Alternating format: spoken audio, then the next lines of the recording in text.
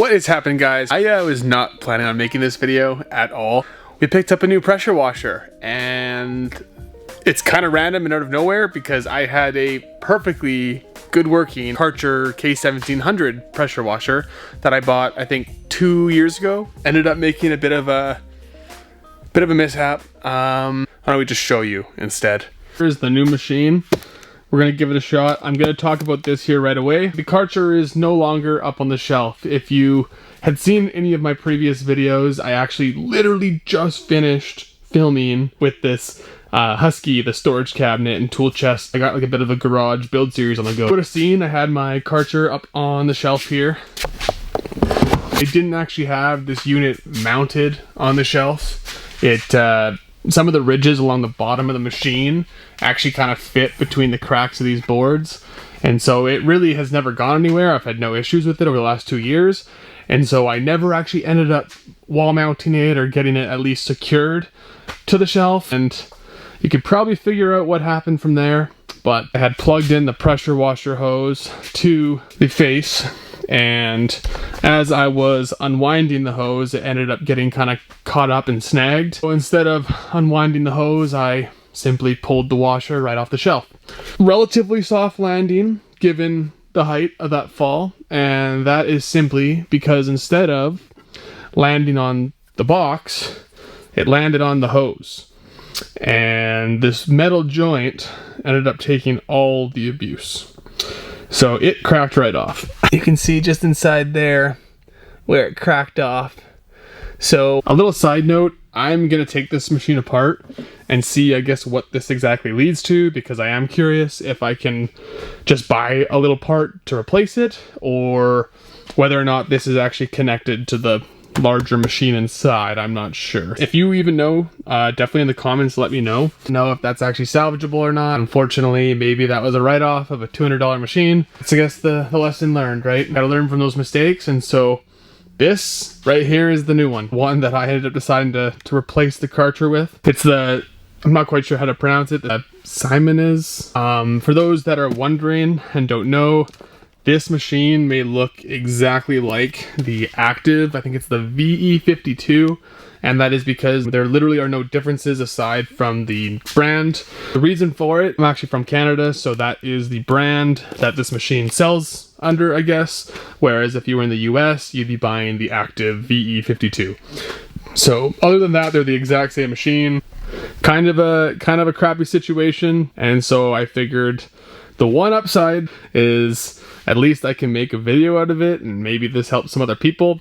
I'm not going to turn this necessarily into like a big comparison video, but because I've been using the Karcher, and because it sounds like this one is actually a slight upgrade at a very similar price point, I figured I'd do a little comparison. Obviously I can't use this guy anymore because it is broken, but at least I can just kind of speak from just previous usage. I just wanted to go over a couple things. So basically with this Karcher unit, as you can see, it was a 1700 psi 1.2 GPM, so gallons per minute. So basically just the flow of water, how much water it can pump through.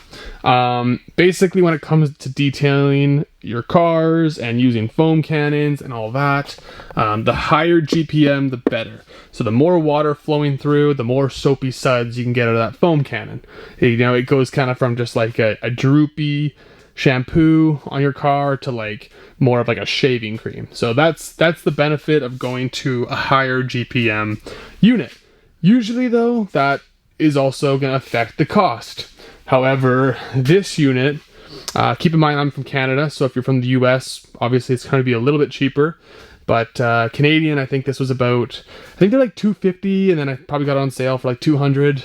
And this one, Canadian, is worth about $300, and it just so happened to be on sale. I broke this machine yesterday, and I went and bought this last night. So it was on sale. It's $300 on for $230. So very similar price points. The advantage though, and the reason why I ended up getting this over another Karcher and just replacing it, is because this one actually had an 1800 psi, so 100 more psi, which really isn't our concern.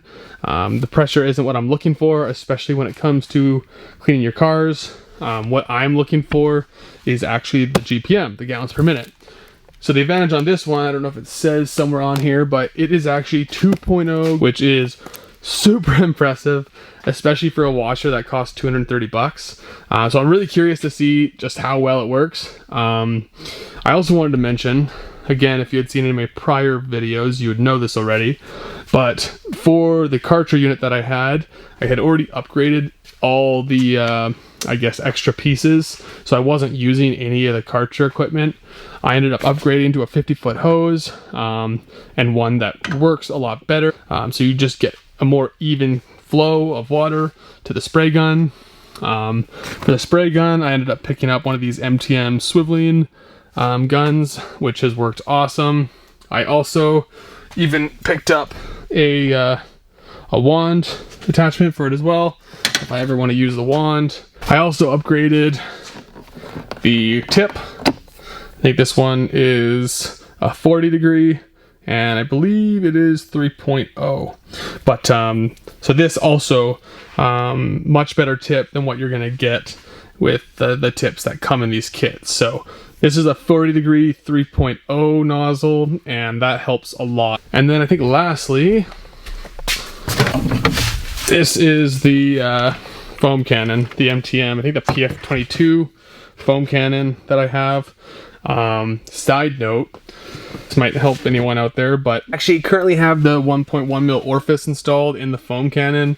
Reason being, because I was dealing with 1.4 or less gallons per minute on this one, it required the smaller orifice. Because I'm going up to a machine that's putting out like 1.9, that's from what I've read and seen online. I believe when you're 1.8 or over, you need to use a 1.25 mil orifice. So I went and picked up a 1.25, as you can see. So I'll have to end up swapping that out into the foam cannon in order to use it with this new Simoniz, whatever, pressure washer. I'm gonna get this thing all set up. I'm gonna get all my fittings and stuff off this Karcher, get them over onto this guy, get everything hooked up, and yeah, hopefully we'll test it out a little bit and just see how it performs.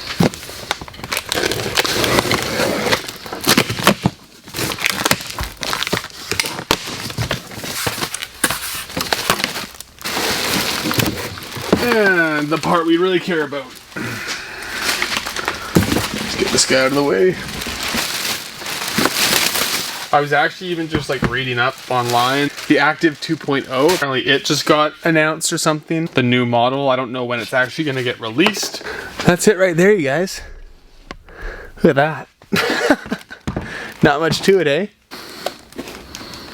It's actually fairly light too. The one thing that I didn't love, to be honest, about this relative to the Karcher was that the inlet for the hose is on the front and the outlet that goes to your spray gun is on the back. I just find that a really weird setup and kind of inconvenient as far as keeping your hoses tidy. Went ahead and I already upgraded all the quick connect fittings for the Karcher, so I actually just popped both these guys off. I'm not gonna lie, I forget what these are called. I think it's like M22 or something, M22 15s. So that'll fit on the front. Just kind of your standard hose quick connect fitting. Just bought this from, I don't know, Home Depot or whatever. So that'll feed into the front. That's what we put that one. And then this one will be going into the back of the machine. And this is what's gonna be the quick connect for our pressure washer hose. Actually, I'll show you that. And then these will just connect nicely together. So upgrading everything to quick connect made everything a lot easier. They're not overly expensive, so. And I believe we should be able to get everything on the machine hand tight. Like, I don't think you need to break out the wrench and start reefing on it.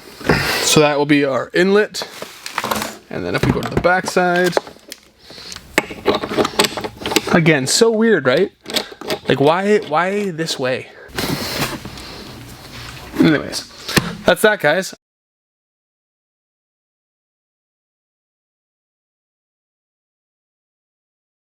The issue was I was actually initially using the fitting that I originally had on the Karcher. And what I realized is when I threaded that on, every time I got the water going, it would just instantly leak all over the place, and really badly too. So definitely not usable. And after quite a bit of research, I had realized that the fitting itself looks identical to the one I have now.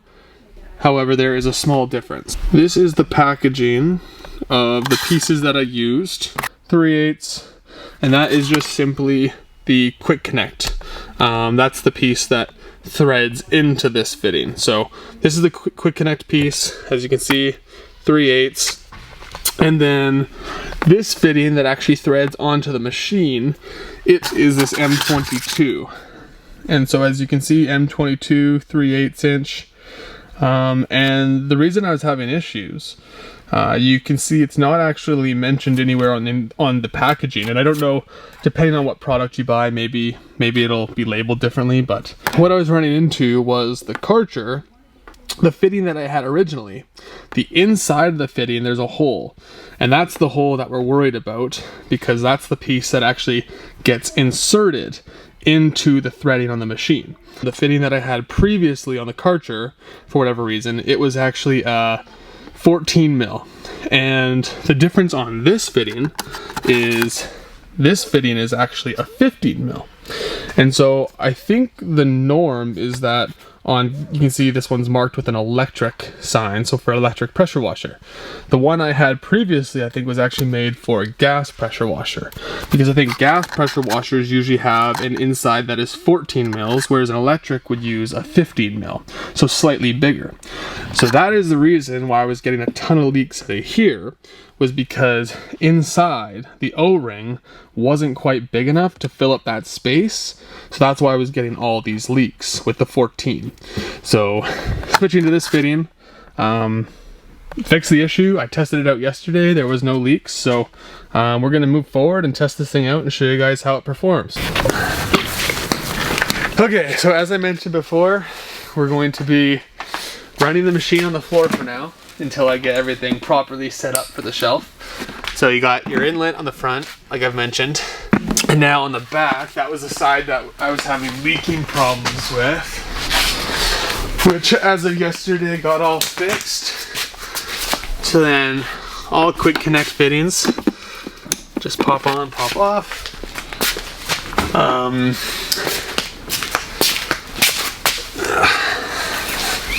The other end of the spray gun. And then what we'll do, let's get the water turned on, and hopefully, like yesterday, it's not leaking. Alright. Looks pretty good. No more leaks. It was absolutely pouring out of this fitting yesterday, so as I mentioned earlier, make sure you have the right fitting size for these washers, and you shouldn't have any issues. Let's get our foam cannon all ready. I already swapped out the orifice to the 1.25, so the slightly bigger one. This was from the other day, so I just left it in there. So I'm not quite sure exactly how much soap and water is in there. I'm gonna put just over a couple ounces in, and then I'm gonna go inside and just quickly fill this up, and then we'll see how it works.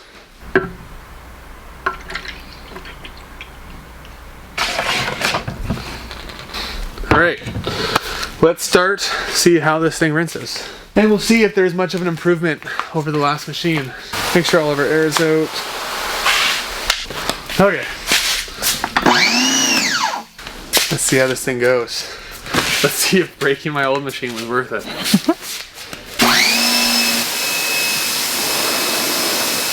That's crazy.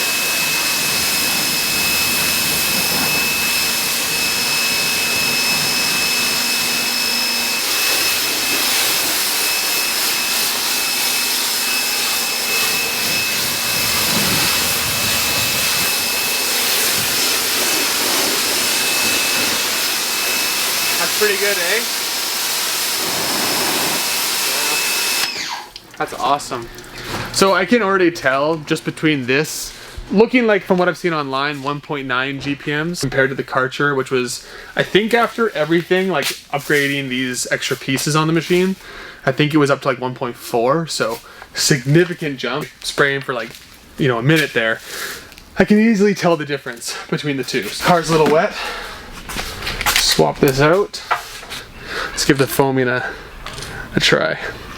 Like I said before, the soap to water balance, that's something that you got to kind of work out, and every soap's probably going to be a little bit different, but just got to find what works for you. So we'll see how this goes. First attempt. See if this is any better. The Karcher was actually pretty good. I had it, like, it working really well, so I'm curious to see if this is much better.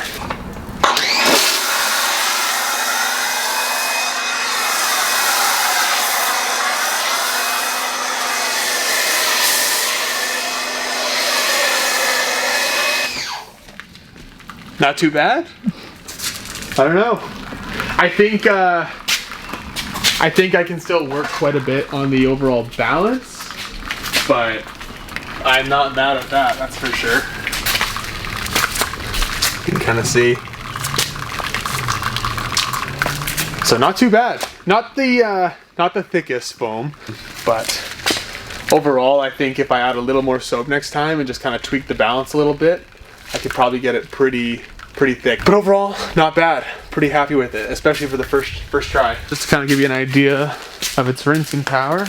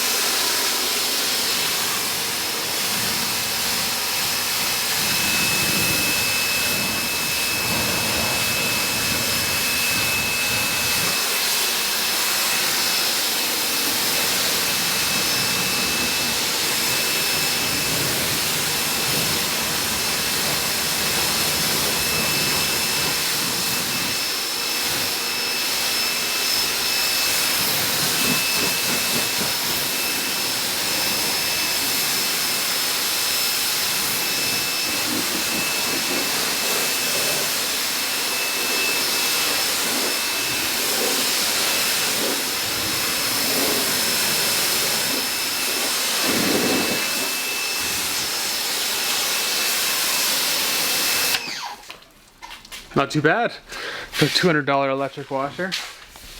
Overall, actually very impressed. I did want to add too, I have read or seen online, some people have talked about these machines having some surging issues when you upgrade to a 50-foot hose, which I think is kind of a must over the 25-foot. So I have read up on that. I guess time will tell, and I'll let you guys know if I experience that as well. But so far, no issues, and I can clearly tell that the overall flow, I can tell, is noticeably better than what the Karcher 1700 was putting out. I also was going to mention, just from this quick test, it actually does sound like this machine's significantly quieter than the Karcher. You know, not drastically, but I did notice enough of a difference to think, and you did too as well. So I do think this machine is actually a bit quieter than the K1700 as well, which is nice. And it seems to cut out pretty quickly too. Like, overall, not too bad. So I think that about wraps it up. Wanted to at least show you guys a little bit of a test with it. I did want to mention, if you guys do want to see more of me using this machine, the Subaru desperately needs a wash, so I plan to do a full wash video on that. And obviously, so if you want to see a little bit more of this and how it performs over a full wash, and maybe I'll get the foam cannon a little more dialed in for that. I'll be posting that video probably shortly after this one. Overall, I think that was everything that I wanted to cover. So if you enjoyed and you want to stay up to date when I post those future videos, definitely subscribe so you can stay notified. And yeah, if you enjoyed this content and this helped you out at all, give me a big old thumbs up. It's always appreciated. And yeah, we'll catch you in the next video. Take it easy.